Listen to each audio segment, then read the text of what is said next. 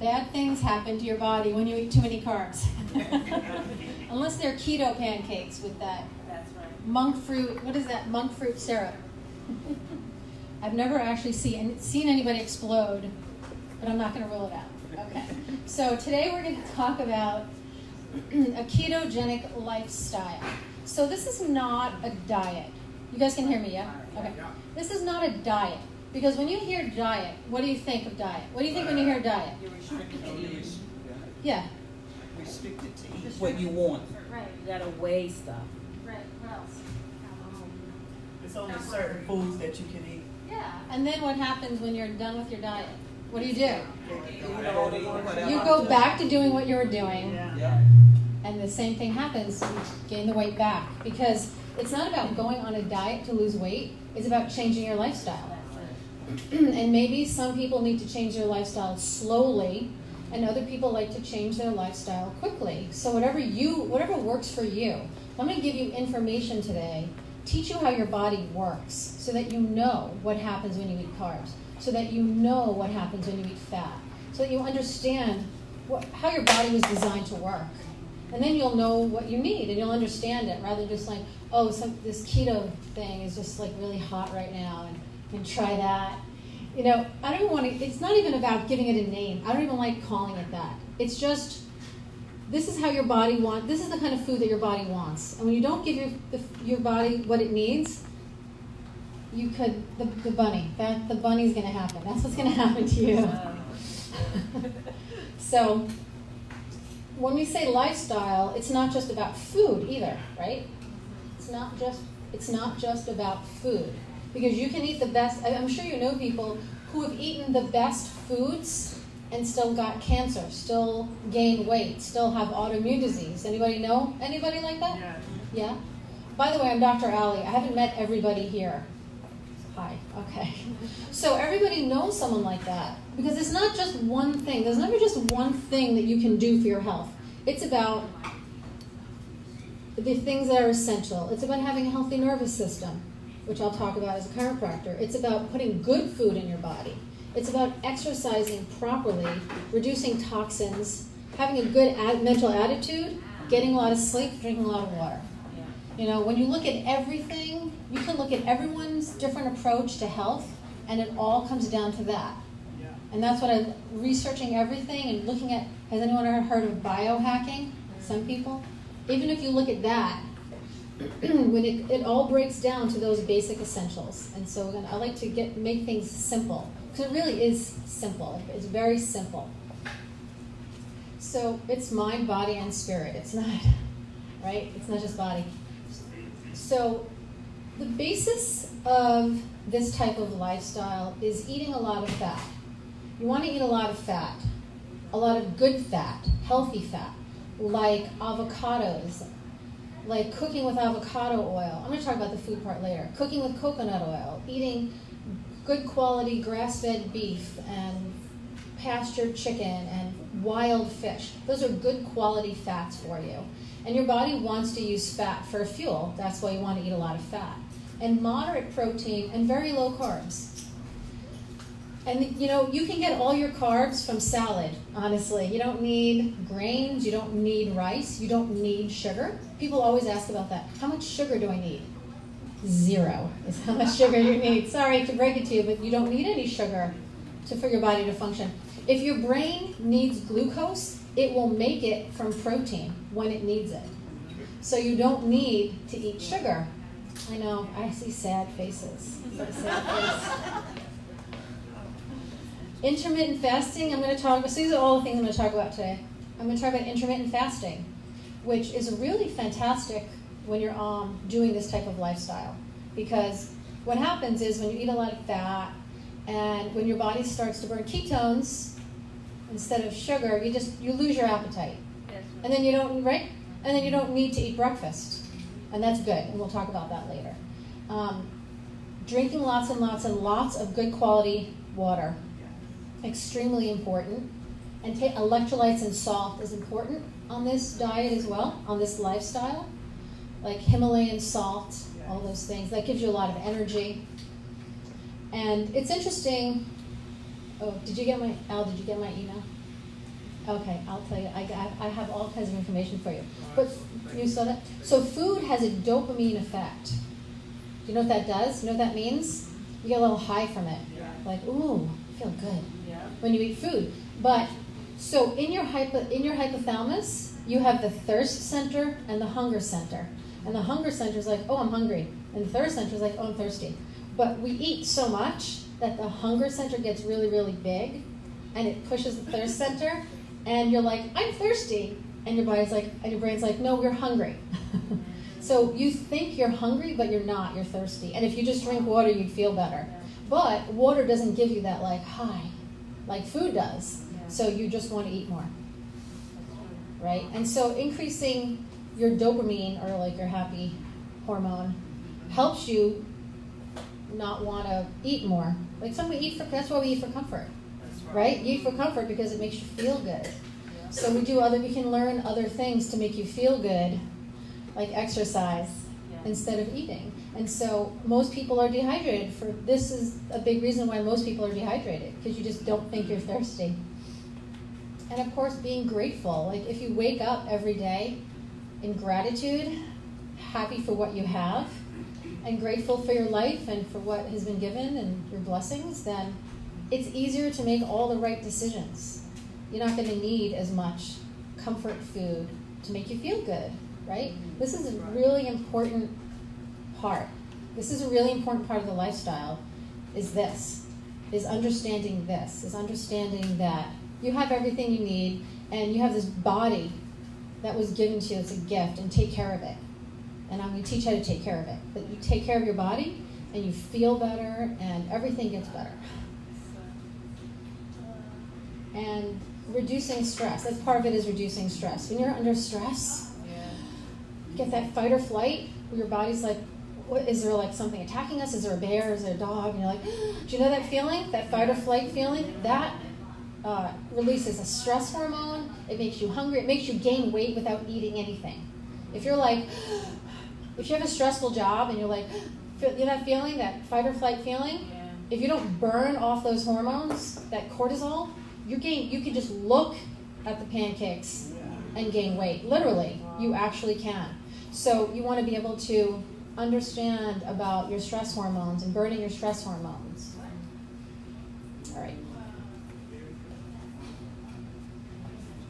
So that's all part of the lifestyle. All right, so here let's talk about how your body works. So we want to look at, what does your body need? Most people don't have enough energy. Raise your hands if you feel like you don't have enough energy, right? Yeah. So the best form of energy, like the best energy for your body, is fat. Fat, compare it to sugar. Sugar is like having this amazing race car and putting this garbage gas in it. It's going to burn dirty. When you put sugar in your body, it's like a dirty fuel. It burns really dirty. It makes you really toxic and sick. But when you use fat, which gets turned into ketones, which is why you call it a keto diet, when you use fat, it's a clean, beautiful source of energy that burns perfectly. And you can have a little bit of fat and you just have a ton of energy from it. It's real easy to burn fat.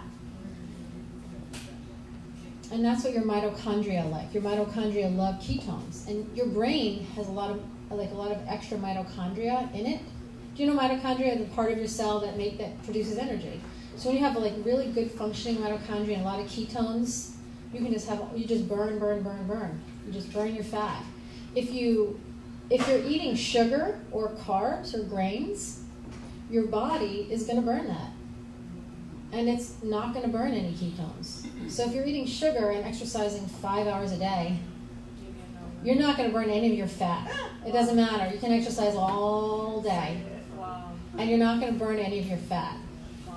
But if you train your body to burn fat, to burn ketones, you're just going to be sitting there burning fat. Okay? And most people, look at your body. You have extra fat on your body. So how come you don't have enough energy? There's all this potential energy that we're going to teach you how to change your diet so that you burn the fat that's on your body, right? Because when you burn sugar, your body can only store like a certain amount of sugar to use as energy. So if you eat a lot of sugar, this much will be stored for energy, waiting for energy. All the rest of it gets turned to fat and just stored in your cells to be used later. But there's never a later, because you keep eating more sugar and burning that, right? So that, and when I say sugar, it's grains turns to sugar, rice, whole wheat bread, whole grain, potatoes turn to sugar, maple syrup, pasta, all that stuff turns to sugar. And so you'll never burn your fat. And you'll always be like running, using that little bit of extra, then getting hungry again because you knew our energy, then getting hungry, then storing all this fat, and you don't know why you're not losing weight. And then you don't feel good, and your body's not healthy, and you have a lot of inflammation. Sugar is a poison, and it's a toxin, right? So it's not good for you. A lot of bad things happen to your body when you eat sugar. And so when you get your mitochondria stronger by burning ketones, your body just changes. Everything changes. So in studies with rats, mitochondria has been shown to increase between 50 and 60% when you become keto adapted. And that means you can burn much more energy, much cleaner, much more efficiently, and have all this extra energy without eating. And without eating a lot, without eating sugar. And mitochondria is what's responsible for cancer. So the mitochondria in your cell is what causes cancer, if you trip that mitochondria, that cell can mutate to become a cancer cell. So if your body, I'm going to probably do a cancer killer talk and talk about this, but when you look at a normal cell and a cancer cell, what drives the cancer cell is the mitochondria. So if you have a normal cell and a cancer cell, and you take, doctors have done this, biologists have done this experiment where they take the nucleus, the DNA part of the cell. Everyone says, oh, cancer is genetic. So they take the DNA from the normal cell and stick it in the cancer cell. Nothing happens. It doesn't turn turn the cancer cell normal. If you take the DNA from the cancer cell and put it in the normal cell, it doesn't turn the normal cell cancerous. Genetics are not responsible for cancer. But when you take the mitochondria from the normal cell and put it in the cancer cell, it turns off cancer. When you take the mitochondria from the cancer cell and put it in the normal cell, it starts cancer. Do you understand? Yeah. So figuring out how to treat your body the way it's supposed to and have a normal, healthy, functioning cell is a way to reverse cancer. So to prevent cancer, you want to prevent cancer. You can reverse it, but it's better to prevent it. And giving your body the fuel it needs is going to have healthy, functioning, good mitochondria that are not going to switch off because they're not getting enough energy, basically. And of course, when you're burning ketones, you're much more resilient to stress. Like things don't bother you. Yeah. Right? You're just like, oh, okay, whatever. Anyone can attest to that? I can attest to that. Yeah, that's awesome. You're just like, oh, okay, well that happened, whatever. It doesn't bother you because your body is just calm. Like fat is calming. Fat is calming. My little one, he just took his bite, but when he was like starting to eat, he liked avocados. He would eat 1 or 2 avocados every day. And that kid was always really calm. Much different compared to my other son, who was like more hyper. But it was such a difference. He was so calm. And even when he would have a tantrum or something, he could like get himself back to, even at 3 or 4 years old, he could like, okay, I'm okay now. And I really think it was the high fat that he was eating. Because when we have children who are having issues, we put them on this keto diet. I'll talk more about this. And you can reduce seizures like massively, and tantrums, and just mood swings, and get them off their medication just by putting fat, because fat is what your brain needs. Your brain loves fat. Your brain is fat, and cholesterol. So cholesterol drugs, no. Maybe that's a whole nother talk, but cholesterol drugs are going to lower the cholesterol in your brain, but not in your arteries. So it's not going to really help your heart disease, but it is going to cause depression, anger, anxiety, stuff like that. Alzheimer's, yes. There's a movie called Statin Nation. It's on YouTube. And it talks about a lot of medical doctors talking about how bad statins are. Even the guy who started the whole cholesterol thing says, I was wrong, don't take statins. Cholesterol is not responsible for heart disease. All right. So, the way that you turn your body, the way that you take your body and turn it into burning ketones instead of sugar is you stop eating sugar. Oh, can someone turn that off? Sorry. Does anyone know how to turn that off? Thanks. Thank you. So you have to first stop putting sugar in and stop putting carbs in. Hold on.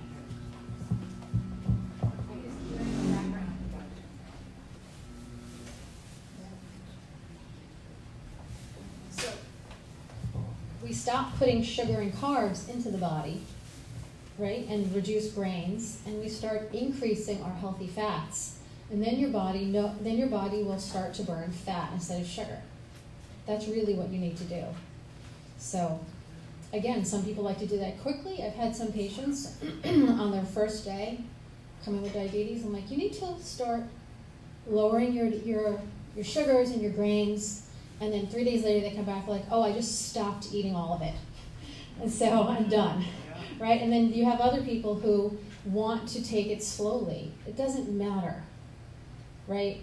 As long as you get there. So don't think that you have to make all these huge changes today, because what will happen is you'll put pressure on yourself, and then you'll feel like, I'm not doing enough, and then you'll just eat a bag of M&Ms or something, right? So don't put pressure on yourself, or 10,000 stacks of pancakes. So don't put pressure on yourself. Just start doing something, right? Start doing something. Don't feel like you have to do everything. That's not going to work. That works for some people. And so you'll produce ketones when your insulin is low because your blood sugar is low, and when there's not enough sugar, your liver will just start to take fatty acids. It'll take triglycerides. If you have high triglycerides, the doctors will freak out on you. Like, oh my gosh, you're going to drop dead of a heart attack if you have high triglycerides. When you stop eating sugar and grains and your body starts to go into ketosis, your liver will take all those triglycerides, turn them into ketones, and you'll burn them off as fat, as energy. So your body will clean itself up when you give it the right fuel. So your liver will take fatty acids, it'll take triglycerides, right? It brings it there and converts it to ketones. And so you're going to teach your body to use all this body fat for fuel. And again, most people have enough body fat. You could probably just stop eating for 3 weeks and have enough, right? Yeah. Which is a perfectly fine way to go into ketosis if you want to just stop eating. Can I have some water? Oh no, she'll get me some water. Oh, she did. Thank you. So, what was I saying? So you could fast. Like, you could do like a fast if you want. I mean, you don't have to, but you can. I know people who do that. But so you probably have enough energy that you can just not eat for 3 weeks, and then your body will just burn off your fat, and then you go into ketosis. And this is really interesting. I love this. When you use ketones for energy, your body produces a hormone called leucine that tells your body to maintain your muscle mass and not to burn your muscle for energy. Say that over again. So some people will go on like some kind of radical diet, and they'll end up burning. There's some chairs up here, guys. They'll end up burning their muscle and losing muscle mass. But when you're burning ketones, you won't do that. Your body protects your muscles by releasing a hormone. So you're burning ketones, your body releases a hormone that tells your body not to burn that muscle. In fact, when you go into ketosis and you do some intermittent fasting, you're going to build muscle and get all ripped, jacked up, just by doing the exact same thing you're doing now. You don't even have to change your exercise. You'll actually get more muscle because your body's going to maintain that muscle. It increases human growth hormone, it does things like that. So your body will burn fat and not muscle. Your body is amazing. You know, it's good to know what it does, but it's amazing, and anything can get better. Do you guys know that? Maybe you don't know that. You can You can reverse disease, you can heal from anything. It doesn't matter what it is. You just have to learn how your body works and what you need to do, give it what it needs, and it will fix you. Nothing from outside in ever heals you, right? This diet isn't healing you. You're just not poisoning yourself anymore, and your body's going back to what it's supposed to be doing in the first place, right? It's not like, oh, the keto diet will heal you. You will heal because you're not killing yourself. Does that make sense? Yeah. So it's not like, I'm going to eat this, and this food that I take in is going to heal me. Nothing from outside in ever heals you. That's why when you take a medication, you have to take it forever, because it doesn't heal you. You only heal from inside out. Only. That's how you heal. But all you need to do is learn how your body works and what it needs. Give your body what it needs so that it can heal, and then it will. Like I've seen stage 4 cancer reverse. I had a child who's 6 years old with a brain tumor since she was 4 months old. Did all the treatments, all the chemo and the radiation, and it just kept growing. And then she came in, went on a ketogenic diet, got intravenous vitamin C, got some adjustments to remove interference in her nervous system, and her tumor just started turning to liquid and dying at her 6-month CAT scan.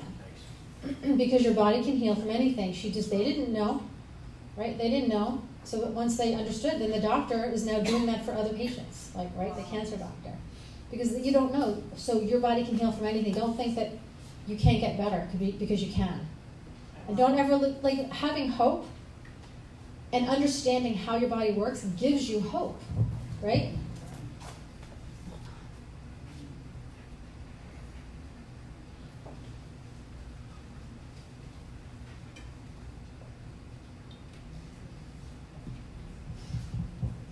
So here's some good, interesting information on ketosis in the brain. So when you're burning ketones, brain fog will go away, memory will improve, you can reverse dementia and Alzheimer's and all of these different things because of the mitochondria. But here's some interesting information about that. There's some research. There's a ton of research. I'm not going to talk a lot about research, but it's nice to hear some of it. So the original research that they did with this type of diet, which is a natural diet, was with kids with seizures, with epilepsy. So when epileptic kids went on a long-term keto diet, 50% of them saw a significant reduction in seizures after 6 months. But after 2 years, it was 90%. 90%, so it's long-term. So if you started keto, or you know somebody started it, and I'm not losing weight, you have to just keep doing it. Yeah. The longer you do it, the healthier you get, and the better your body functions, and the cleaner it functions, and the more efficient it functions. So do it longer and longer. You're supposed to eat this way forever, Yeah. and then you kind of cycle in and out. So every few weeks, maybe you're oh, I need some carbs, and then you eat some carbs at night, and then you won't want it, and then a few weeks later, oh, I need some carbs. That's true. Maybe some potatoes or sweet potatoes or squash or whatever. Yeah. I'll talk about that later. That's a little advanced, but so you kind of stay on this forever and kind of cycle in and out. Christmas, eat whatever the heck you want, but don't eat whatever the heck you want for 6 weeks between Thanksgiving and Christmas. Just maybe Thanksgiving, Christmas, right? Carb up a little bit. Give your body some carbs. You cycle in and out of this, but this is lots why it's a lifestyle. So the longer you do it, the healthier you get, and the more efficient your body gets. And so this reduction that they found, 50%, 90% after 2 years, there is no neuroinflammasome. Isn't that awesome? Okay, so basically ketones reduce inflammation is what they do. It reduces all the processes that cause inflammation in your brain and in your body. And so neuroinflammasomes are just a group of proteins that trigger inflammation in your brain. So when you do ketones, you don't have to know all this biochemistry. It's fun to learn some of it if you're nerdy like me. But there's a lot of things that are occurring in your body that you don't even have to know. You just eat right and have faith that you're doing the right thing for your body, you're going to get better. But understanding that there's all these interesting things happening, like eating sugar causes all this inflammation and all these problems in your brain, and being on ketosis just reduces all of that. It's amazing. So, of course, pharma is working on meds to downregulate these pathways, right? but they're not able to get nearly the same results, and of course they have side effects. So they want a medication. They're like doing all this research. I bet they're spending millions of dollars researching, medication that will downregulate neuroinflammasome. And all people have to do is stop eating junk, right? Yeah. That's all you have to do, and then you'll get way better results. Even if they have a medication, there's going to be side effects that's going to damage your liver and all this stuff. And it's not going to be as good. You're not going to feel as good. It's not even going to work. And there's another, of course, ketosis is fantastic for your brain and for brain health, but it reduces senility, Alzheimer's. So 152 people with Alzheimer's had significant improvement in cognitive ability. There's a lot of different research on it.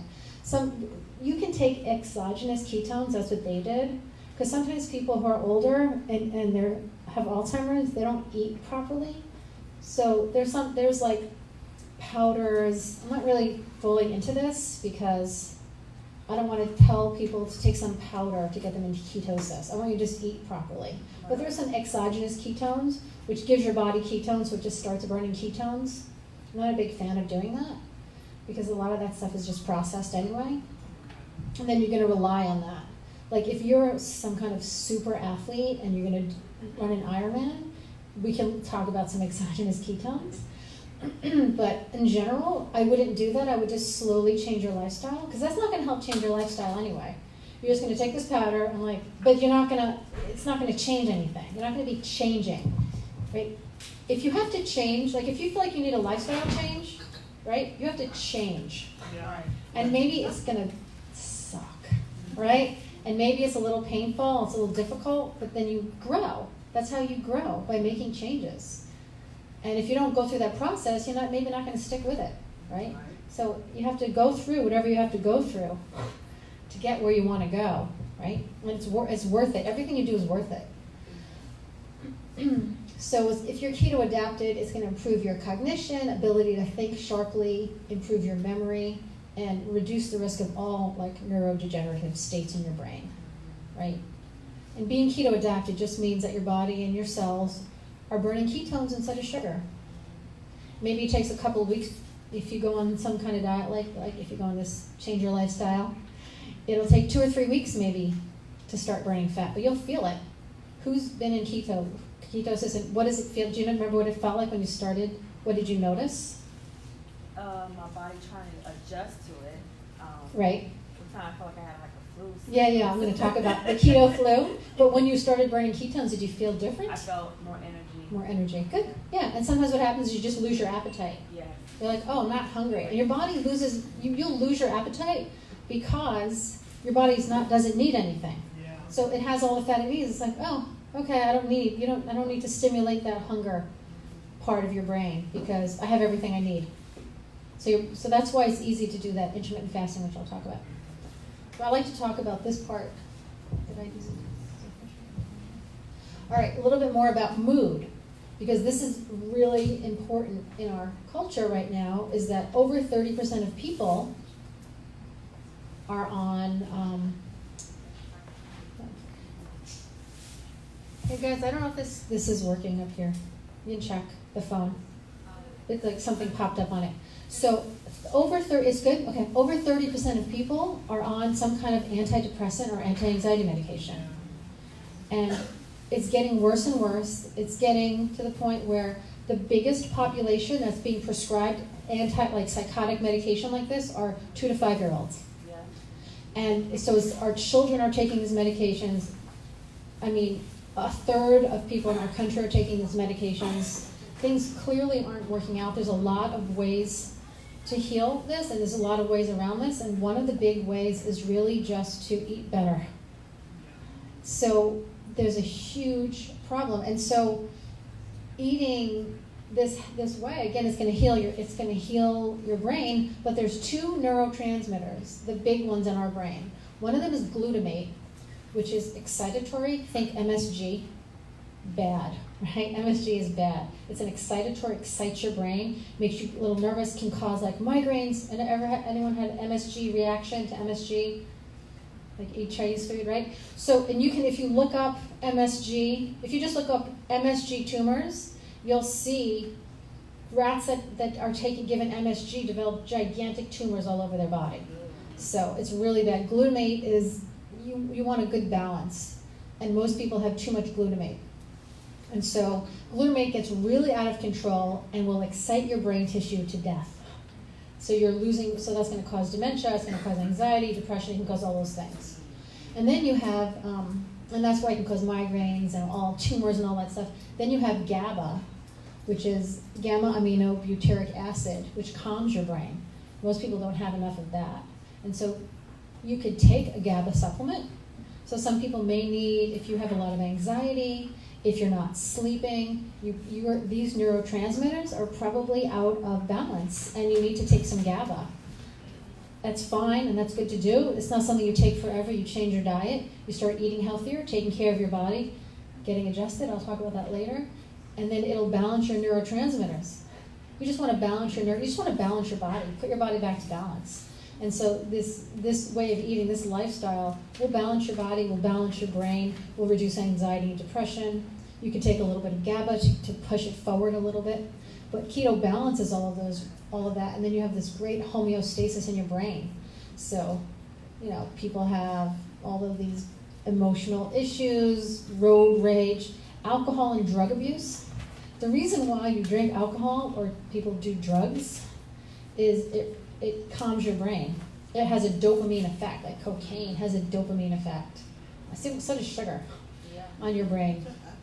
And alcohol. So you're basically self-medicating with these, trying to balance out your neurotransmitters. So if you want your neurotransmitters balanced out, eat healthy, you do all these good things, and then you won't need those substances, right? You won't need those substances. There's nothing wrong with drinking a little bit of alcohol. Like there's certain alcohols, right? Like keto wine, there's like Dry Farms wine or Fit Vine that is low in sugar. 4 ounces is the maximum. And like gin and vodka. And there's a few other alcohols that have no carbs. Too much of that is not good. And if you need it, it's not good. But 2 to 4 ounces a night is fine. I personally don't like alcohol, but it can have a good positive effect if you don't do too much and if it's good quality, right? Yeah. But when you need it, and if you're self-medicating, always look like what's happening. So what are you doing? What are your habits that you don't like? What are your habits that you feel control you? Something is causing that. Like what's causing that? Always look, when you're treating your body, when you want to get healthy, there's always something causing your problem. Always. It's not like, oh, I'm just a mess. I'm just a depressed person. I'm just an anxious person. I have bad genetics. I just love food. I just like food makes me feel better. Whatever you're telling yourself, don't tell yourself that anymore. First of all, like tell yourself something better. So if you think, like I have patients that say, oh, I hate exercise and I love sugar. I'm like, well, just write on a piece of paper, I hate sugar and I love exercise, and then read it every day. Literally look at it every day. When your brain, like there's a visual aspect, when your brain sees something, it's like, oh, okay, I'll do that, right? Because your brain understands things in a different way. Like if you're in a foreign country and you don't just speak the language and no one speaks English and you have to go to the bathroom, you could tell them anything you want. But if you draw a picture of what you want to do, everyone recognizes that because that visual is universal. So when your brain sees something, it's like, oh, that's what you want? Oh, okay. Oh, you want to hate sugar and you want to love exercise? Okay, but you have to look at it every day. It's not complicated. When I first gave up sugar like 10, 11 years ago, that's what I did. So I was like, I love sugar. I love chocolate. I was like, I don't have any other bad habits. But I felt like it was killing me, and I was trying to tell people to stop eating sugar, so how can I eat it? So I had to stop eating it. I was like, that's not really working. You should totally stop eating sugar. Eating sugar, right? So you can't do that. So I was like, oh, I hate sugar, I hate chocolate, right? So I was doing this to myself. And then so I stopped, right? And I started doing xylitol. There's other things that you can do that's sweet and that's wonderful. We have samples and ice cream and brownies, and it's all good for you. I do that now. Then, 11 years ago, there was nothing available. I had to make everything myself. And so I was doing that. I was eating xylitol like that. I don't know, just for sweetness. I was like terrible. As soon as I was making this like 100% chocolate salad, so I'm mixing, it was crunchy, it was terrible, but it helped. It got me through it, right? So, and I was like, I felt so much better when I didn't feel like, I was controlled by sugar. I was like, I traveled and I was like, I'm taking my chocolate bars because I can only eat organic sugar because it's so much better. But so I would take it with me. And then one day, like 6 months into it, there was this chocolate bar in like this size of this like my favorite chocolate, and it was in my cabinet. And I found it. I was like, let me just eat that. Like, let's just see what happens. And I put it in my mouth, and I actually had to spit it out. Yeah. That's how much my brain was like, I hate sugar, I hate sugar. I was like, oh, and I literally spit it out. So you can change your physiology, right? You just have to want to. That's really all it is. You have to figure out what it is that's controlling you. What are the things that you're telling yourself that aren't true? Like they call it limiting belief. Like maybe somebody told you something once, like your mom or something. It's not true. It's like, oh, you're just lazy or whatever it is, whatever they told you, and then you believe it and it's not true. Or you're telling yourself, oh, I'm anxious. Just say, I'm not anxious, I'm not calm. Like, talk to yourself like that. And again, the fat will make you calmer in general. But you have power, control and power over all of these things, right? And so figure out what it is that you're doing. Are you self-medicating? Are you talking about it in yourself? What are you doing that's getting in the way of you getting better? Right? So when you start reducing your sugar and your grains, honestly, when people do it, they say, I can't do that. And then 3 days later, they're like, oh, that wasn't so hard. Honestly, I've had people fight me. So like, sometimes when someone comes in, they're really sick, like really sick. Like they have to change now. And I've had many people like that. And you have to change now. And even those patients are like, oh, 3 days later, that wasn't as hard as I thought, right? Isn't it amazing? It's amazing. So it really isn't as hard as you think. But when you stop eating the sugar and when you stop eating the grains and you want to go into ketosis, you will go through what's called a keto flu. So it's good to know that this is what's going to happen, so you don't think that there's something wrong with you. Or you don't think, oh my gosh, this totally just doesn't work for me. If you're human, this works for you, okay? No, so don't use this as an excuse. And so some people will go through this, they'll have, like your body has to adapt from burning sugar to burning fat. And it's going to detox, and you may get a headache, and you may get nauseous, and you may feel hungry, or weird, or your sleep is off, or dehydrated, or constipated, or I don't know. It only lasts, some people don't get it at all. The sicker you are when you do it, the worse it's going to be. So the sicker you are, if you get a really bad keto flu, understand that your body was really sick, and this is saving your life. Maybe it's reversing cancer, maybe it's healing autoimmune disease. I don't know what it's doing. Hopefully there's nothing that you know about that's happening. There's something that wasn't found yet or whatever it is. But the sicker you are, when you're going through keto, the more you need it. And it's really not that bad, especially when you know it's coming. And you know, like, this is so good. Like, tell yourself, oh my gosh, I'm so sick. This is so good. Like, my body is changing and healing. And as my good friend Dr. Eric likes to say, embrace the suck. Yes. Right? Like, it might really suck. Like, I'm not going to sugarcoat this. No. So it's going to suck, but it's good. Like, this is so good. I must have been sick. Thank God I'm doing this. My body needed this so badly. And then once you get past it, you're past it. Right? And now you're like feeling great, right, guys? Yeah. So your blood sugar will drop. You can get dizzy, hungry, headaches, fatigue. If you're hungry, just eat more fat. Like, I will literally just eat a slab of butter. Is that gross? It tastes really good. If I really feel like I need something. Don't go by me. I'm not a foodie or whatever. But I'll eat some avocado. But if you're going, some people, we're going to talk about that coffee, that keto coffee, whatever. Put some butter or coconut oil in your coffee, or eat some raw grass-fed cheese. Eat some more fat to get you through it. So this can last anywhere from a day to a few weeks. And again, the more insulin resistant you are when you start, the more stress on your body, the harder it's going to be, which means the more you need it, which means the more you're healing your body, and the better things are happening to you, right? So when you're going through this exercise, because when you exercise, your body will adapt to things much better. It will adapt. It's amazing what your body will adapt to when you just move it. Your body needs it needs exercise. So exercise isn't just a good idea. It's like, oh, I should exercise so I can be ripped or whatever it is. You exercise because your body needs oxygen. And if you don't exercise, you're oxygen deficient. You actually have a deficiency of oxygen. So you have to exercise just to maintain normal balance in your body. And you have to be out of breath and sweating. And that might take 5 minutes, and that's good for you. Or when you get stronger, maybe it takes a half hour. But you have to be sweating and out of breath, and then you're getting oxygen.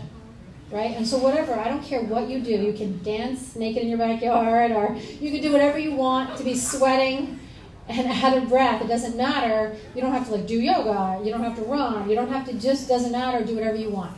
Right? Do jumping jacks, run after your kids, I don't know. Do whatever you want to be sweating and out of breath, and then your body's getting oxygen.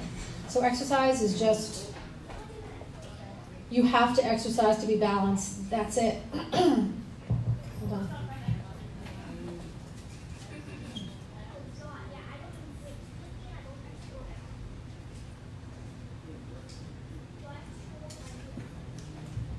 These are two great strategies, because when you give up sugar and carbs, like carbohydrates cause inflammation, which is like retaining fluid. So when you switch over to these fats and getting rid of sugar and carbs, your body's going to flush out the inflammation, which is causing a lot of your pain and a lot of your health issues. A lot of your inability to heal from something is inflammation. It won't let you heal because there's so much fluid and inflammation. Your body will flush it out, and you're not going to really hold on to a lot of that. So you have to drink a lot more water. And you have to eat a lot more, take a lot more electrolytes and salt to keep some water. So the best kind of salt is the Himalayan salt, that pink Himalayan salt, because it has 84 minerals in it. It's like taking a mineral supplement. And honestly, I would say almost everybody is deficient in minerals. Your body needs all these minerals. So that pink salt, easiest way to get minerals, it tastes really good. You guys like salt? Who thinks salt is bad? Right? So, most people think salt is bad. Your doctor is going to tell you not to eat salt. Just ignore him. But no, salt does not cause heart disease or blood pressure. Sugar does. Bad, like table salt, like regular salt that you buy in the store, it has sodium, calcium, iodine. And it's processed, and it's white, and looks good, and it's not good. You have to eat the salt that looks dirty. The pink or that gray stuff, because that has all the minerals in it, that's alkalizing to your body. That's good for your body. And it doesn't taste as salty. Does that make sense? So, and if you're keto, you're going to eat as much salt as you crave. So, and if you're sweating and exercising, you need more salt. I'll actually just dip my hand with the butter. No, I don't do that, but I should. But I'll I eat a lot of salt. Like if I crave it, I eat it, and that's it. I get the raw nuts, and I'll lick them and dip them in salt. Because if you buy salted nuts, there's not going to be a good salt on it. So eat more salt. You can take electrolytes. Like we have electrolytes over there that don't taste salty. They're grape flavored. Like Superior is made with Himalayan salt. So you don't have to, if you're not really into all that salt, get some electrolytes. This will all help you. These are the things to get you through keto flu. Drink as much water as you can. Eat as much salt as you crave. You can try eating more meals a day when you're going through the keto flu, but when it's over, you're only going to want to eat 2 meals probably most days. Take in more coconut oil, more avocado to help your body adapt to this quicker. Adaptogens like mushrooms or any kind of essential oils will help your body adapt. So, you guys heard of adaptogens? You know what that is? So, like a mushroom has to live in a really harsh environment, right? It's like wet and dark and cold usually, or whatever it is. So it has to adapt to that environment, and it survives because it adapts to this weird environment. So when you eat those mushrooms, it's making your body stronger because you're taking in something that has already adapted. It helps heal your adrenals. It helps your body adapt. So when you eat foods like that, like mushrooms, there's other foods that are adaptogens, it helps your body adapt because that food had to like go through this adaptation. It's really interesting. Almost all essential oils are adaptogens also. So eat more eggs with the yolk. Don't skip the yolk. That's the most important part of the egg. It will not cause blood cholesterol. It will not cause heart disease. If you don't eat the yolk, it's a problem. It's actually not good for you to have just the whites, okay? Grass-fed butter. Any kind of dairy should be grass-fed because you want to eat you want to eat milk from a cow that only ate grass because that's a healthy cow.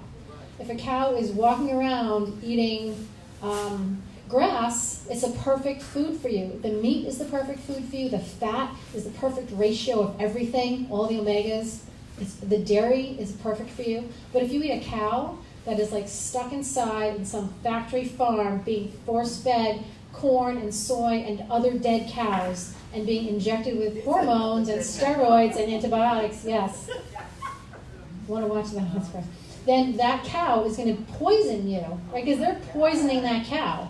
That's going to poison you. So that cheap meat, don't buy that. That's horrible. Same thing with chicken and pork. Like we have a meat program. That's Mike. You can order, we have like a special today where if you order grass-fed meat, he will give you something. So, with at least $100 order. if you have placed a $100 order, you get Go home today with a free pound of ground beef or sausage or okay, you get a free pound of meat if you place a $100 order. And our prices are really cheap because we want people to, like cheaper than other places because we want people to eat this way. That's what we have this year. So grass-fed meat, pastured pork, like bacon, that's from pastured pigs. That's good fat for you. Like eat more of that when you start changing your diet. Like chicken wings. You guys like chicken wings? Like from a pastured chicken or organic chicken. That is good for you. I'm going to get more into that after too. Yes, chicken wings. People are like, what do you eat when you go out? I'm like, I eat chicken wings when I go out. Slathered in butter. That's what I eat when I go out. Not fried. And it's melted butter. Not fried. Huh? Not fried. No bread. Is that what you said? No, not fried in oil. Not fried in oil. Not fried in oil. Okay. Other things that you can do on the keto flu, if you're really bad keto flu, is glycine helps your liver detox, and that will help you adapt faster.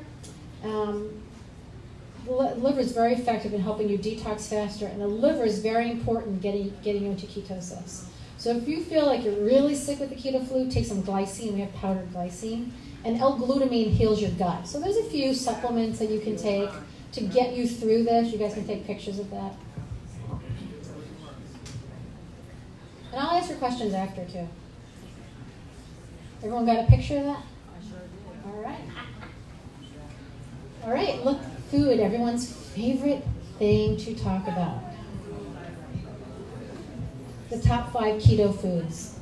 Anytime we do a class on food, when I'm talking about food, like 150 people show up. Talk about other things, no. So here are the top 5 keto foods. So anything coconut. Anything coconut except coconut water and coconut sugar. I know, sorry. But coconut flour, you can turn that into the best brownies you've ever had. They're so good. Who's here has had keto coconut flour brownies? We have them. Oh, we're sampling them. Yes, we're sampling keto brownies. They're like fudgy. They're so good. You can only eat this much. So you can turn coconut flour into bread. You can turn it into muffins, into cookies, into cake. There's just have to look up coconut flour donuts, keto. And then the sugar you use is xylitol or erythritol. So coconut flour, coconut milk, coconut oil, coconut butter are great foods, are great keto foods. Really good high fat, easy to digest fat, good balance of different omegas for you. Avocados. Avocados are amazing for you. And you don't need to buy them organic. Right? There are certain foods that you don't have to buy organic. You can get an app on your phone called the Dirty Dozen, and it will tell you each year, it'll update what are the top I think it's 14 fruits and vegetables that have to be organic because they're so high in pesticides that will cause every disease. And they're the top 15 fruits and vegetables that you never buy organic because there's no pesticides on it. So avocados are one of those foods. So you go to the store, it's like an organic avocado is like $2.50. You eat 4 a day. That's a lot of money. But you know, a regular avocado is like $1 or something. So you don't need to buy them organic. And avocado, you can make guacamole. You can make chocolate pudding for those chocolate lovers. Who's here has had avocado chocolate pudding? Yeah, it's good, isn't it? So I make it in this food processor thing, and I make this avocado chocolate pudding, and you know, cocoa and xylitol and I forgot heavy cream, whatever it is. And I was eating it, and I was like, "What's green in here?" Like, duh.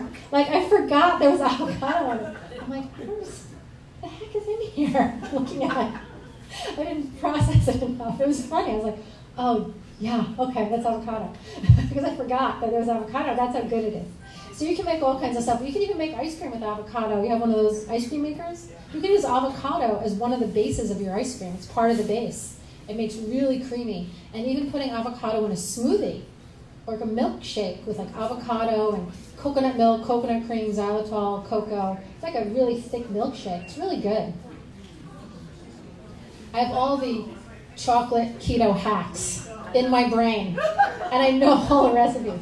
But I don't know how to cook bacon or anything. That my husband does that. So grass-fed butter is a great keto food. Grass-fed butter, Kerrygold is the cheapest way to get that, right? It's available everywhere. It's fat-soluble vitamin A, and retinol is much better than beta-carotene for getting vitamin A. It's an anti-carcinogen, and it's high in vitamin K2, which helps you absorb vitamin D from sunlight. And it's incredibly good for your brain. Like it has a lot of other things in it. There's all kinds of stuff in grass-fed butter. Really, really good for your brain. Really good for children who are hyper. Really good to help you with the keto flu. Will help you get out of the keto flu. Steamed cruciferous vegetables. It's much easier. It's easier for your body to digest steamed vegetables than raw vegetables. But if you lightly steam them, some people cook what was that word? Just kidding. I won't say that on Facebook. Cook that out of it. But you can cook the heck out of your vegetables. It's better to like lightly steam it, and then you can load it with some grass-fed butter. Like if you want your kids to eat broccoli, just melt grass-fed butter on it and maybe some grass-fed cheese, and they're eating broccoli and getting healthy fat, right? Just maybe don't tell them it's healthy, because maybe they don't want to eat it if you do that. And of course, all the natural meat. I eat meat every day. Everyone thinks I'm like a vegan because they think that if you're healthy and like then like, well, you must be a vegan. I'm like, no, I basically meat every single day. Lots of meat. So grass-fed beef, pastured chicken, pastured pork, wild fish is really good for you. For those people who like those little anchovies and sardines and mackerel, you guys like that? Wild, get it wild, and eat that all day. It's so good for you. It's good for you. Some people don't like it, and that's fine. You can eat avocados, you can eat the meat, you can even take a fish oil supplement, but if you like those little fish, so incredibly good for you. And all of these are the best foods that you can eat.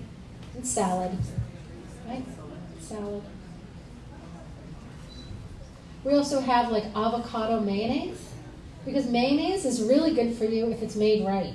Most mayonnaise is canola oil or vegetable oil, which is like eating sugar. It's damaging to your brain and your body. So no vegetable oils. You guys know about that, how bad vegetable oils are? Incredibly damaging, inflammatory, bad for your brain, causes toxicity. So I know there's like a Hellmann's mayonnaise, like olive oil mayonnaise. They just added like a teaspoon of olive oil, and they'll say olive oil mayonnaise. So you think it's made with olive oil, but it's really made with canola oil and a little bit of olive oil. But we have, and I think Costco has it, some like avocado oil mayonnaise. And it tastes really good, and you can put that on anything too. Primal Kitchen, yeah, there's Primal Kitchen, and there's a cup of Sid Kensington or something. So that's really, really good for you, and it fills you up. Avocado mayonnaise at Yeah. Costco's? I think so, yeah. We have it here, but they have it other places. And so let's talk about intermittent fasting.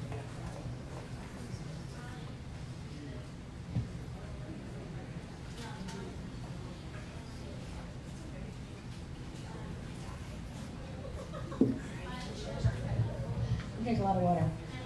All right. So some people talk about, like some of these keto people talk about, that intermittent fasting is like the best part of this lifestyle. Like the healthiest part of this lifestyle is to fast. It's like some of these doctors like do keto so that you can intermittent fast, and that's really healthy for you. So intermittent fasting, like we're not, like our ancestors, they mostly did a lot of fasting because food wasn't available, right? So now food is available all the time, you just eat all day. And what does your body do all day when you eat all day?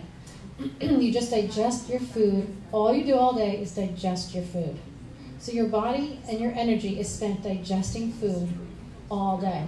If you have something to heal, it's not going to happen because your body isn't going to be able to heal it because it's digesting food. If you're trying to fight a cold or have a flu or have something going on, your immune system's going to be like, sorry, I can't deal with that right now. I'm trying to digest this food. So your body spends all its energy and time digesting your food. That makes you really tired. It wears out your organs. It's exhausting. And then you just gain weight. And then you feel like you have no energy because you don't have any energy. Because you can't even, you're like laying on the ground after lunch because your body's like trying to digest what you just ate. Right? Do you ever feel that way? Yeah. So skipping breakfast, I know everyone's like, what mainstream information is like, oh, breakfast is the most important meal of the day. Okay, anything that they say on TV just is opposite. That's like my boys would say, it's opposite day today. And then I'm all confused, I don't know what they're talking about. But it's opposite. So don't ever eat breakfast. That is the worst meal you could ever eat. Your body goes through a detox every day between 3 a.m. and noon. And if you eat any food during that time, you stop the detox. And then you're not detoxing. So skip, right?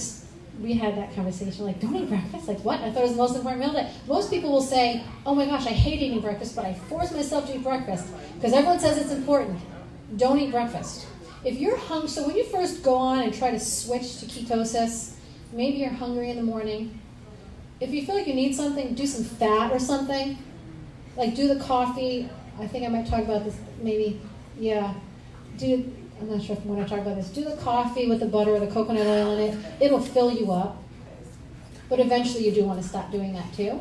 But just get something easy to digest in your body in the morning if you're hungry. You're better off just not eating till noon. So when you do an intermittent fast, you want to start with 12 hours. So whenever, it's better to start with 16, but let's say 12. So if you stop eating dinner at 8 o'clock at night, don't eat until the next morning at 8 o'clock. Start with that. And then what you really want to do is as soon as you can, like maybe go to 9, and go to 10, and go to 11, and go to 12, till you're at 16 hours. So 8 o'clock at night to 12 at noon is 16 hours. If you stop eating dinner at 7, you can eat it at 11. You can also fast longer. And eventually you'll want to. Anyone here do like longer fasts? How much fasting do you do? Probably 16. Anyone do longer than 16? How much do you do? 20. Yeah, I do. As you do this longer and longer, like I do 20 to 24-hour fasts, like 3 days a week. Like today, I'm not going to eat lunch because I'm talking. Like I can't eat if I'm not calm. I can drink water. It's lunchtime, and my body wants to eat lunch, and I want to eat. So I fast every Saturday because I work till like 1 o'clock, and so I don't eat until dinner. But once you've been doing this for a while, you're just not hungry, and is more energy. And I didn't eat breakfast either. It's like I just drank some green juice and took some spirulina powder, and I'm going like shh until like 5 o'clock. So I eat late so I calm down. When you don't eat, you're like hyper. Do you ever feel hyper from not eating? Yeah. Yeah? Yeah, right? Do you have a question? Yeah. Is the green juice acceptable? Yes, thank you. Green juice. So when you're doing like not a smoothie, but green juice, like juice extractor, which takes the juice and no fiber, your body doesn't have to digest that. It just goes right into your cells. You're not really digesting it, so it counts as a fast. So normally I'll drink like a quart or something of green juice. Yeah, like green, like cucumber, celery, maybe a little bit of green apple, some lemon, some kale. Doesn't necessarily taste really good, but it feels really good.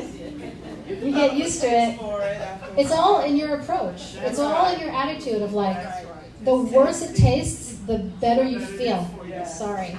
I call it, we had someone who used to make it for us. Like, what should we name this juice? And so we all got together and we're like, let's just name it, just shut up and drink it juice. That's what we named it. Shut up and drink it. That's actually what we named it. So, and you know what? You do that and you feel really good. And it gets easier and easier to do these things. It's like, wow, that tastes really good. I feel really good. I feel really good. Okay, so our ancestors just fasted because they didn't have any food. And in order to get food, they'd have to hunt or gather, and that's a lot of work. We just don't do that much activity. We don't even need as much food as they did, right? And every major religion incorporates fasting for spiritual growth because it gets you into a more, fasting will get you into a more spiritual state in general. Because you're not focusing on oh, I really just want to eat that because it's going to taste good.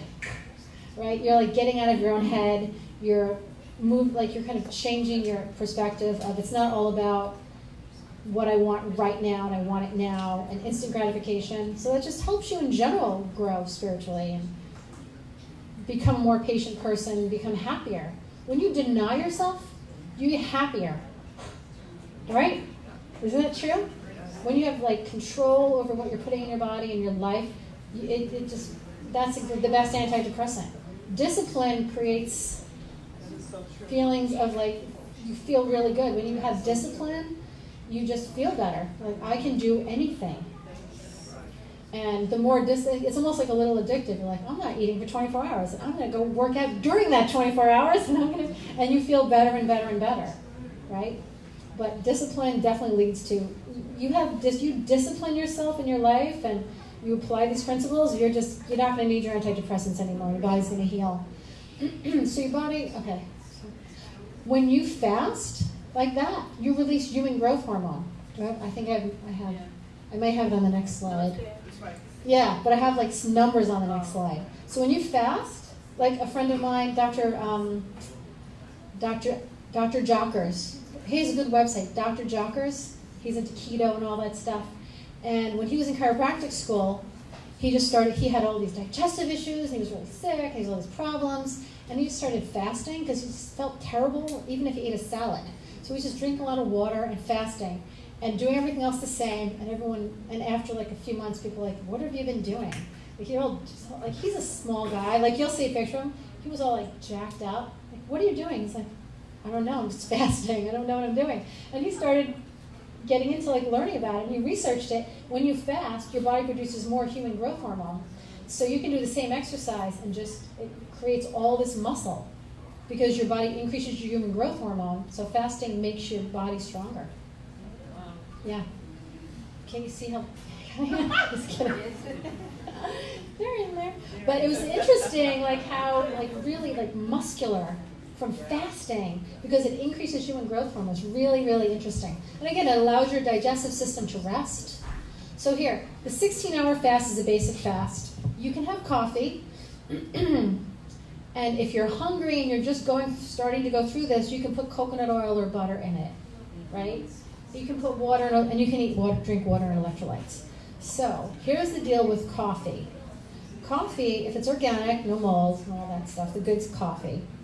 If you drink that in the morning with nothing in it, no fat, no sugar, that is going to increase your metabolism. Not a lot of coffee, maybe 6 ounces, maybe 8 ounces. That will really ramp up your metabolism in a really good way and help you. But if you're trying to lose weight, if you're doing keto for a while and you're not losing weight, take the fat out of your coffee in the morning. Start doing it at the first so you're not hungry. But if you're not losing weight, you're putting too much fat in, then you're going to burn that fat and not your own fat. And really, it's just better to not put the fat in there in general because the coffee is more effective and it ramps up your metabolism and it does all kinds of stuff to your brain and your mitochondria. I'm going to be doing a talk on an anti-aging biohacking talk in a couple of months. Then I'm going to talk about all this advanced stuff, what the coffee does to you. Do you have a question? I'm not a coffee drinker. Right. What about tea? Yeah, tea, green tea. Green tea is the best. I've never had a cup of coffee. I don't like coffee. But green tea is good too, yeah? I tried it with the coffee and Yeah. And it was good for the keto, but my insulin dropped to 23, and that freaked me Interesting. out. So maybe you're just not ready to change yet. Like keep putting, maybe put a little less fat in your coffee and see how that feels. But maybe your body needs that right now. You have to it's all going to be individual. Like what does your body need? And we can look at it individually. Yes. Honey in your tea. No, honey, sugar. Sorry. Now I give up coffee. Yeah. Oh, okay. Yeah, no, honey, xylitol, erythritol, stevia. Yeah. So, okay, culturally, they'll tell you, if you have a cold, you could drink honey with lime juice, so that's sugar. Yeah, sugar. So is that healthy? No. Because if you're sick, no. So if you're sick, no. I don't know. If you're sick and you put sugar in your body, even in the form of honey, it will shut your immune system down for 4 to 6 hours, and you're not going to fight your cold. So lime juice is fine, but sugar get adjusted to ramp up your immune system, but sugar will shut your immune system down for 4 to 6 hours. Yeah. It's bad stuff. Xylitol is different because it doesn't release insulin. So one of the biggest problems with sugar is it releases insulin. And then it causes this whole insulin reaction, which is the basis of almost all the problems that it causes. Sugar is also toxic, but xylitol and erythritol is almost like, it's not good for you, and it's not bad for you, it's just there. It's just neutral. It almost acts as it's almost like a fiber. Just like a fiber in the food, just kind of just goes right through you. That's what xylitol is. But it tastes sweet, and it makes things taste sweet. And everybody's like, "Oh, that's sweet. That's good." And then it satisfies. Thank you. That craving without it affecting your insulin levels, your blood sugar levels. Yes. It's made of birch trees, the good stuff. Like there's stuff that's made from corn, xylitol, but you don't want to get that because that could be genetically modified. So we have xylitol made from birch trees. Whole Foods has it. We have erythritol. What is erythritol made from? Monk fruit is good. Yes, thank you. Erythritol, monk fruit, stevia. Those are all good alternatives for sweet. I don't think so. I think stevia has an aftertaste. Stevia's bitter. Xylitol and erythritol have like a cool taste, a little cool, maybe. Monk fruit doesn't have an aftertaste. What's your question? Yeah. Yeah, so decaf has been processed, like all kinds of chemicals. So I would just do caffeinated. Let me just do less. Yeah. Yes.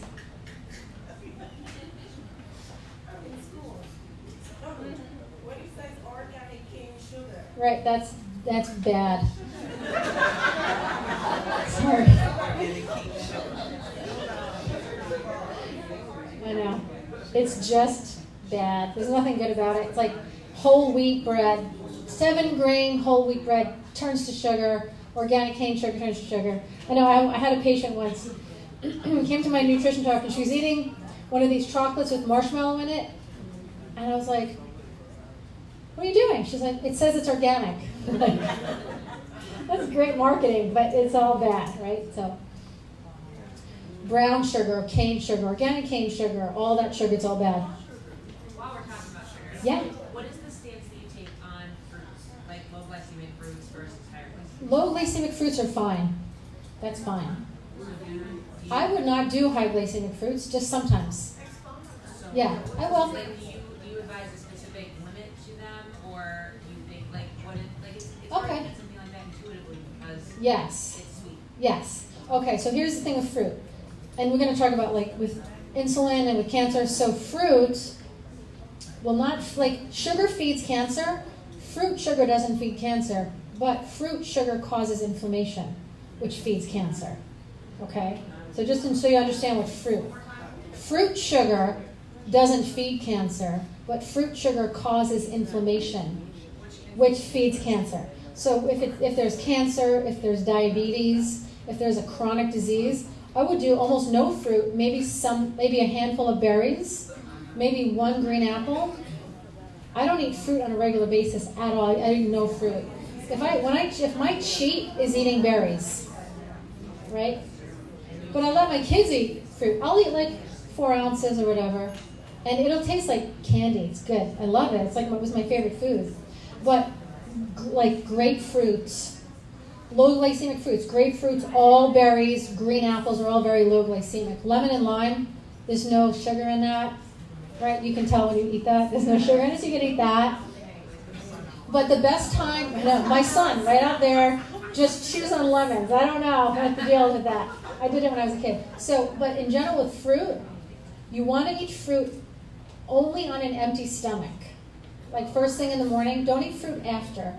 Other food, just once in a while if you want to make a dessert or something, because fruit digests differently. And if you eat fruit, and if you have food in your stomach and you eat fruit, it will rot and get bad before you digest it. Because fruit goes right through to your small intestines. So it digests differently. So the best time to eat fruit is on an empty stomach. If you can't, should you eat it first? Yeah, eat it first. Yeah. Yeah, as long as you eat it first. It goes through. I know. I don't know. You know why? Because of our culture. It's because of the way we live. Like if you go to the blue zones around the world, where the people live, to the most people living over 100, 120, there's no stress, there's no cars, there's no computers, there's no nonsense, there's no chemicals, there's no pesticides. You have to kind of, I know.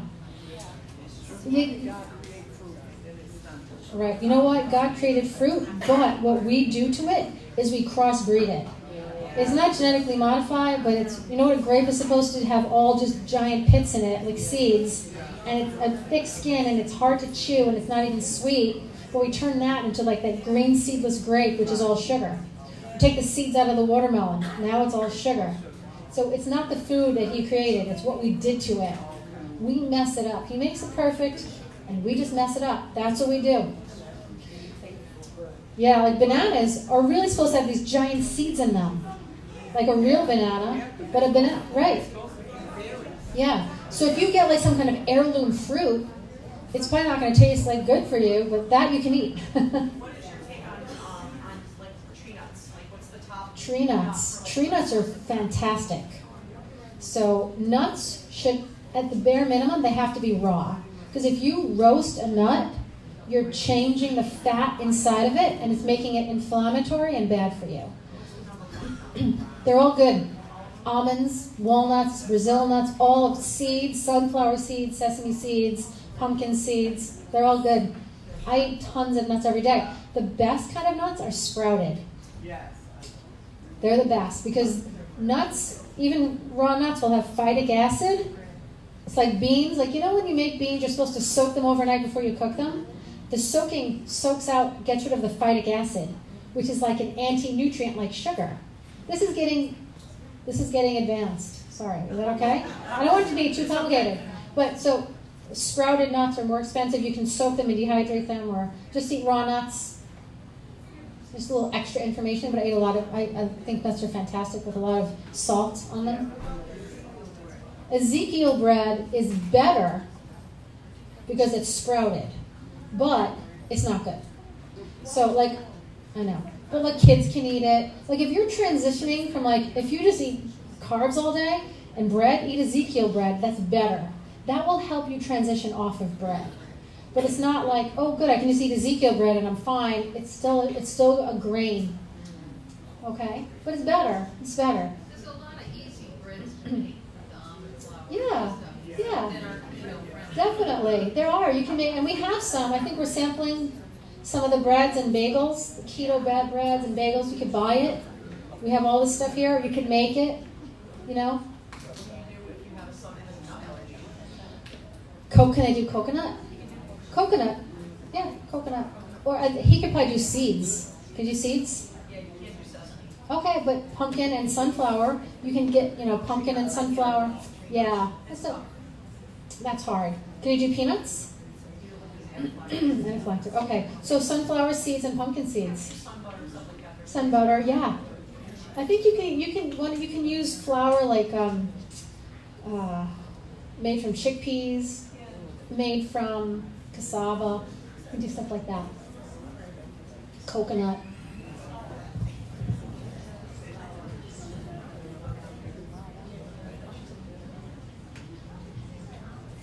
Good. I'll answer more questions after too. So when you fast, this is what your body does when you fast. It's called autophagy. Your body, like little Pac-Man in your body, only when you fast, go through and just eat all the bad stuff and the garbage in your body. I don't have a Pac-Man video. I know. Wreck-It Ralph playing Pac-Man. So it will eat old bacteria, it cleans up your cells, cleans up toxins, cleans up cellular debris. And that's what it happens in your body. So it's cleaning up your body. That's what you want, right? And it's easy. Oh, here's the numbers. So intermittent fasting. So men and women who fasted for 24 hours, that's dinner to dinner. I don't ever fast. I don't ever go a whole day without food. I eat dinner. I'm not going the next day. That is like, I can't do that. You're right. I can't. Personally, some people can. I cannot do that. So I'll go dinner to dinner. For me, that's easy. I'll keep myself busy running around all day, and then I'll eat dinner. But 24 hours, dinner to dinner, it increased human growth hormone 1,200% in women and 2,000% in men. There is no medication or steroid hormone or growth hormone, those people they take all those growth hormones, nothing even comes close to those numbers. Fasting does that. So those guys who take all those steroids, they just have to fast. Maybe they won't get as big, but it increases your human growth hormone massively. And your human growth hormone, I don't know why it says HG, is the master hormone of your body. It will help all your other hormones synchronize and become balanced. So fasting and exercise will just balance all your hormones. Like this can be as complicated as you want to get, or as simple, right? It's like when someone I have a friend who's really stressed and has a lot of problems with heart rate, and exercise, just exercise and fast, and that's it. So let's say we eat dinner early. Mm-hmm. So 4:30, 5 o'clock. I eat dinner like 4:30, 5 o'clock. And then, is there anything that you would put in your mouth that would be okay to go all the way through to the next day, like after 12 or 1 o'clock? No, anything is going to stop the fast. Anything will stop the fast? Yeah, pretty much. Okay. Yeah, pretty much anything will stop a fast, except water, Yeah. green juice, maybe some spirulina powder. Kombucha is probably fine. Green tea is fine. Yeah.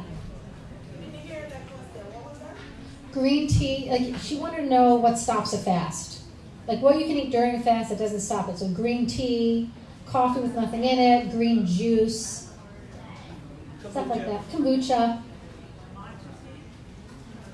Yeah, matcha tea, any tea, it's fine. Would you be able to put the stevia or? Yeah, stevia, monk food is probably fine because you don't know how much you really put in there. It's not like your body has to digest all of that. It's not a big thing to digest. Carrot juice, stop fresh. Carrot's a little sugary, too much sugar. And so if you exercise during a fast, it reduces even more human growth hormone. And all of this is all anti-aging, right? This is how you enhance your longevity. Feel really, really good. Do they know why the women are half what the men are? Testosterone. This is why everything is easier for men now. So you and your husband go on the same diet, and he'll lose twice as much weight as you, even if he cheats all the time, because testosterone. And they can lift weights and get bigger faster, and they can recover faster, and they can take less vitamins and do less exercise and do all that stuff, and they're still they're still healthier. It's just testosterone. But if you want to increase your testosterone, just exercise. There's only a couple more slides and I'll answer questions. Here's really important. This is really important with keto. Yes. Almost done. You've heard of bone broth, yeah? Bone broth? All right. Collagen, that's important. So hunter-gatherers, right? You go hunting. Anyone here hunt? Hunting. Good. And you hunt, You eat the whole animal. You eat every organ in that animal. Do you think 200 years ago people were like, I just want the white meat? I don't like that other stuff. No. They ate every single organ. They figured out how to cook it, how to process it. They ate the tendons, like you eat those chicken wings. This is the chicken wing thing, where I eat a lot of chicken wings because it has the tendons and the fat and the skin and the collagen. Yes. And they took they took a sledgehammer to the bones and they ate that stuff inside the bone, the bone marrow. They ate the heart and the liver. And then when you ate everything off the animal, they took the bones and they made soup, and then you ate that. And so when you're making that soup, you're getting all the collagen from the joints.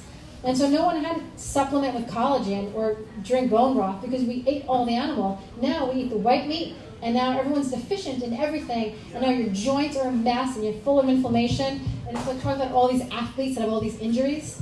Collagen. So I take collagen, that green stuff right up there. I take that every day. And I eat as much of the skin and the joints of the animals that I can. I'm not really into soup, so I don't like bone broth.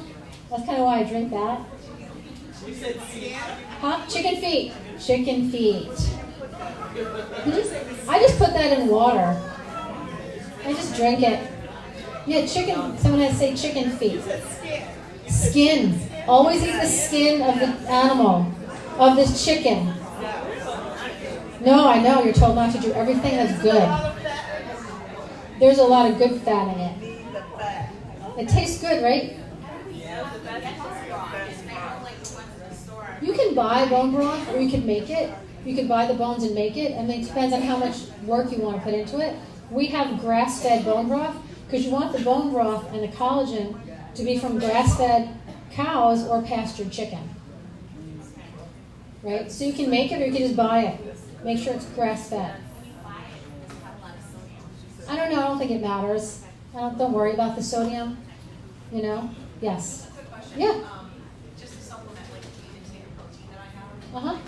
I do a collagen peptide. Okay. Yeah. So is that like, can you like recommend a brand? That's a collagen peptide. If you're taking a purified collagen peptide Yeah. that's grass-fed, that's Yes, that's great. okay. Because that'll replenish all the collagen without having to. It's hard to eat all that stuff, those organ meats and those. The problem with those things, like I get mine as a vitamin shot. Yeah. I may try that. Yeah. The problem is the additives and the crap that they put in it. Right. So it's like finding the pure one or whatever. You can get that pie if you don't live around here. Just get that on Amazon. I think it's Great Lakes. Yep. And you can even get the you can put it in your coffee. Yep. Yeah. And you can also get the red bottle, and that's like it's grass fed. It's like gelatin, and you can make gummies for your kids, and they'll eat all these gummies. So I just make them with like raspberries and yogurt, and I make these gummies, and they'll eat a whole thing gummies, and it's like they're eating all this collagen. Oh, the green, it doesn't matter. You can just it won't become gelatinous. Yeah, like I once put the red in my water. I don't know what I was thinking. And it was the grossest, gelatinous, goopy water. So that stuff doesn't doesn't gel up, right? So that's the deal with collagen. Right? We just don't eat this stuff, right? We just don't eat this stuff. Like, it's good to eat it. But if you don't want to eat all that, that's why I eat chicken wings. Like, as much as I can get. And you can buy chicken feet. We have chicken feet. You can make whatever you guys do with chicken feet. That's magic. I don't know. But that's so healthy.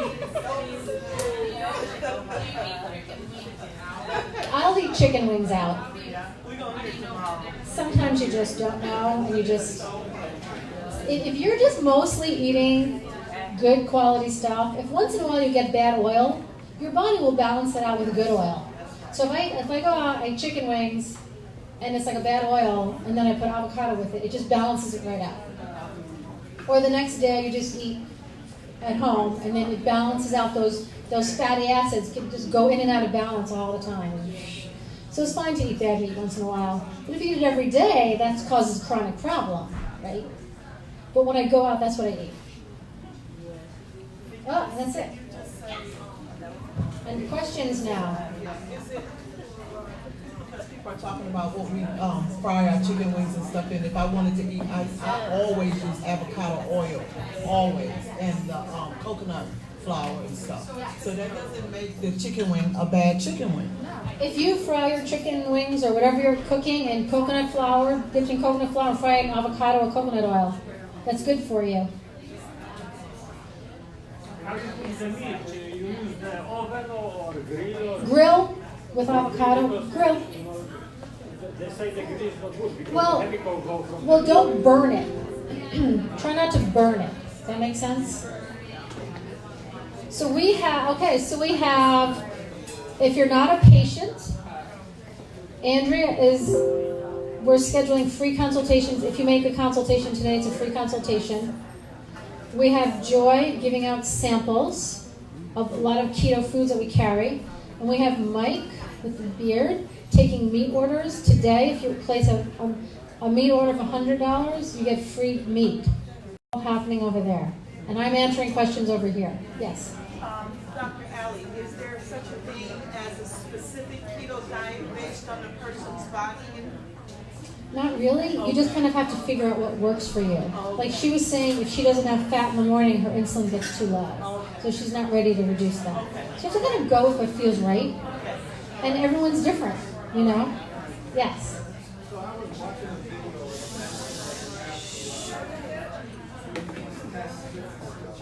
Okay. Thanks for bringing that up. So he asked if you have to do test strips. Personally, I'm not into testing because that gets it's distracting, and then you get all obsessed, and you're like, oh, the strips. Really, the best way to test for ketosis is with your breath or blood, but who's going to do that? Just go with how you feel. Don't overthink this, because you'll know your brain fat because you'll have no appetite and a lot of energy, right? But don't worry about all that because that's too much. It gets too like those things that people wear in their wrists, those phones, the Fitbits. I hate those. Just walk and. Did you like the movie, sweetie? Zachary, are you kidding? Dude, not now. So I don't like that. Just walk. Just get fresh air. Just sleep, right? Don't overthink this stuff. There's too much technology as it is. We want to lower the technology. We want to just go back to what do you feel? Does that feel right for you? Yes.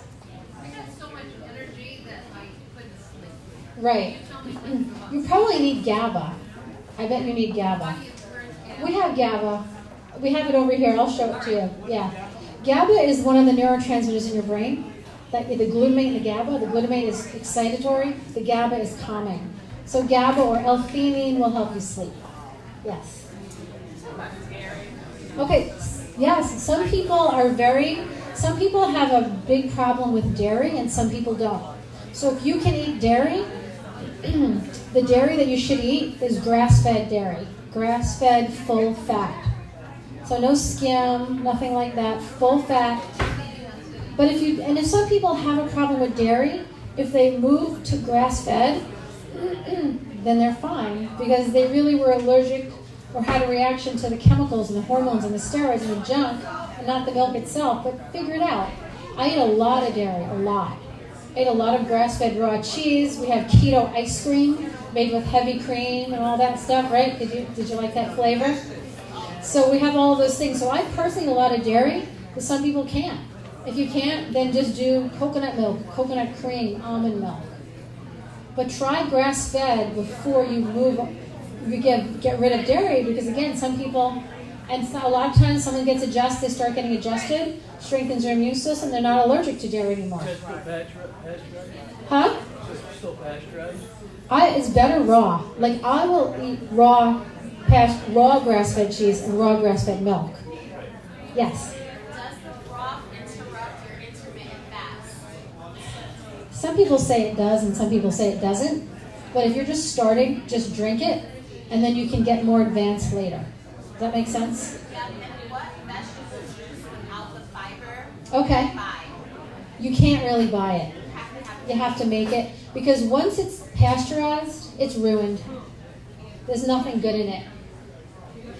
There's a juice bar next door. You can get it there. But if you want a regular basis, you have to buy a juicer. is nothing, sorry. That suja stuff is better than pasteurized because it's like pasteurized with like pressure pasteurized. You know suja? We have it here, it's in the fridge. It's like this vegetable juice that has been like pressure pasteurized. It's not as good as fresh. Suja. So if you look in the fridge, I think Stop and Shop has it. Make sure there's low sugar. And that doesn't interrupt the fast. No, that doesn't interrupt the fast. You said something about breath. What happened with breath? Oh, like that's just a good way to test your ketones. Some people, if they're going through ketosis, will have sweet breath, but that's how you test your ketones. But don't worry about that. Don't worry about testing it.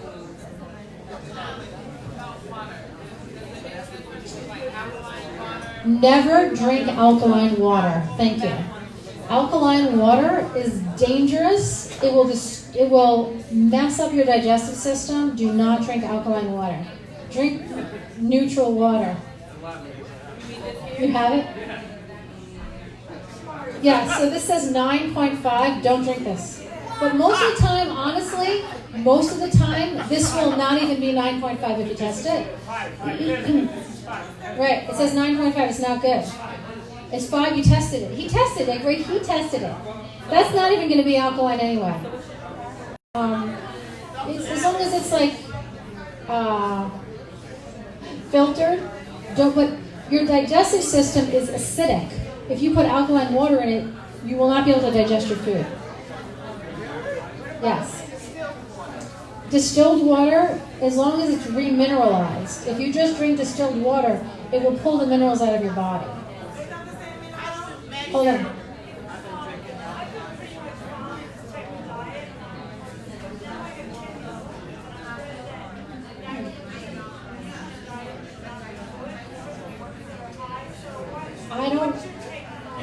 It depends, like maybe you're not, I don't know how you're doing it.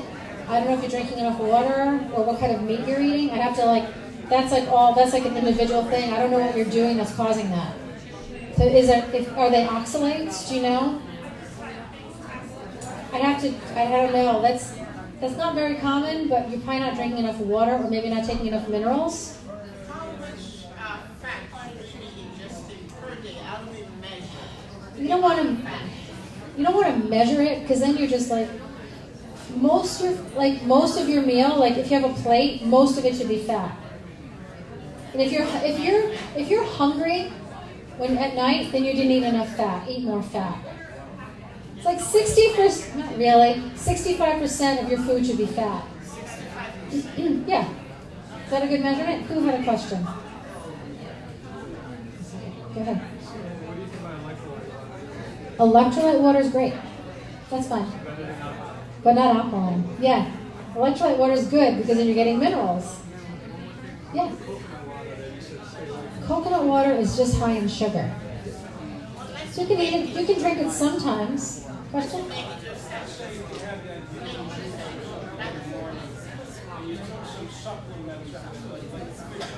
That's fine. Yeah.